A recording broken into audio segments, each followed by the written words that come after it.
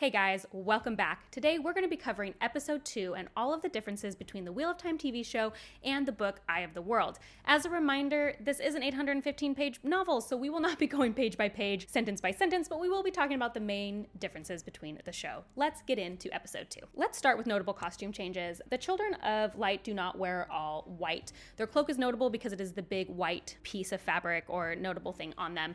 I kind of like this change, I'm going to be honest, I dig it. Also, questioners, a specific type of white cloak, usually have a red crook on their breast. I only mention that because I was looking for it because he seemed like a questioner and it's just, it's missing. Matt's dagger that he finds, the ruby is actually on the pommel, not the crossguard.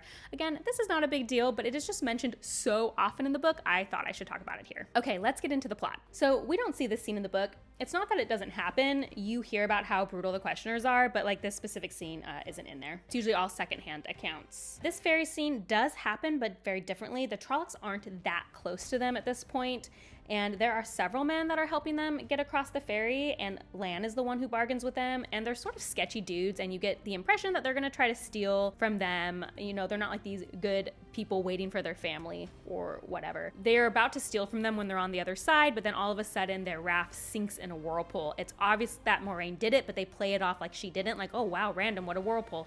Again, she is going undercover. She's trying to act not as an Aes Sedai. Basically, it's just not as brutal, this scene in the novel. They also get attacked by a Draghar near here, which is like a bat spy thing for the Dark One. In fact, just in general, they have a lot more skirmishes and battles between here and where they're going. Egwene also has many training sessions with Moiraine, not just this one, although this is the main and first one that Rand does over here, and it happens pretty much like this, but later she's trying to teach her to make a flame. So there are way more dreams in the novels, and none of them involve bats, but the dreams are always freaky and always end with, you know, the fire-eyed guy, and then something in the real world relates to show them that the dreams were dreams, but also sort of real. So I think this was a good way of just kind of condensing that and showing them they're all having the same dreams and something weird is happening. You do know who the man is, but I won't give it away in case that's a reveal later in the show. Egwene would never call Rand a bat.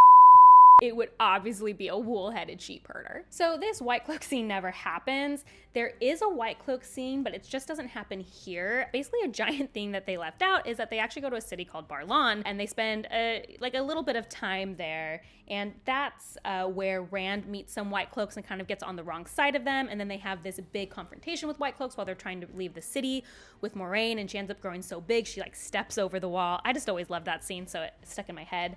Also in Barlan, we meet Min, who does become a very important character later, so I'll be curious to see where they put her in later on in the show since we don't get to meet her there. But basically, I think they did a good job here of just trying to quicken through that and show that, hey, white cloaks have different personalities. Some of them are terrible, some of them are okay. They're all just kind of bad though. Also, it's important that Nynaeve actually catches up to everybody in Barlan.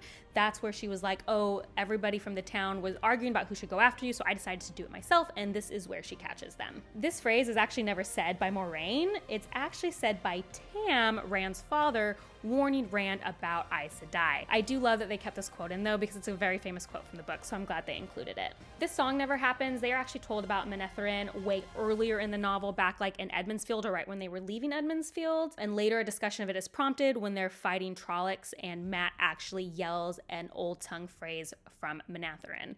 So I'm glad they included that bit of world building though. This never happens. But I think they're just like setting some stuff up a bit earlier, so I can't fault them for that. Okay, so they enter Shadar Logoth actually under Moraine's instruction, not Lan's. Again, if you remember from episode 1, she is not injured, so she's the reason they go in. They do it to escape the Trollocs and Fades chasing them, and Moiraine is exhausted because she's been healing everybody and like calling down lightning and fireballs, but she's not like, it's not like such a big injury. Again, they've been just traveling a lot longer in the books and having more skirmishes. So they actually spend the night in Shadar Logoth in the book, and Moiraine sets wards and tells them not to leave the area, but Mat convinces the boys to go out and explore because he's the worst at this point, like it makes no sense.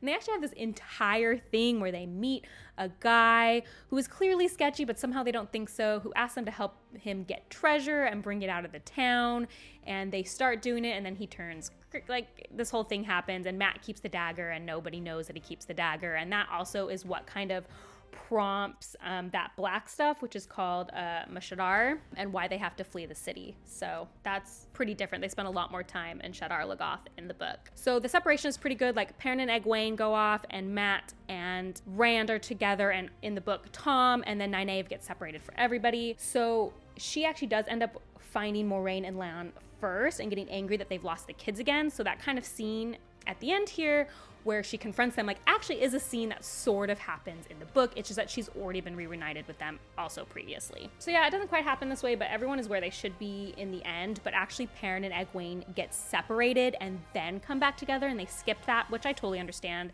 to condense. And I'll go into that a little bit more in the next episode. Since we know Nynaeve actually found them sooner, this isn't the first time, but this is like a good scene because Lan is surprised that Nynaeve is able to track them, and she's really proud of it, and she's angry about everything still. So yeah, I think this works. Okay, so this episode I actually really enjoyed. I think they did a pretty good job of staying faithful to the books, and it kind of changed my mind about the episode 1, which I was really spiraling about because they changed so much.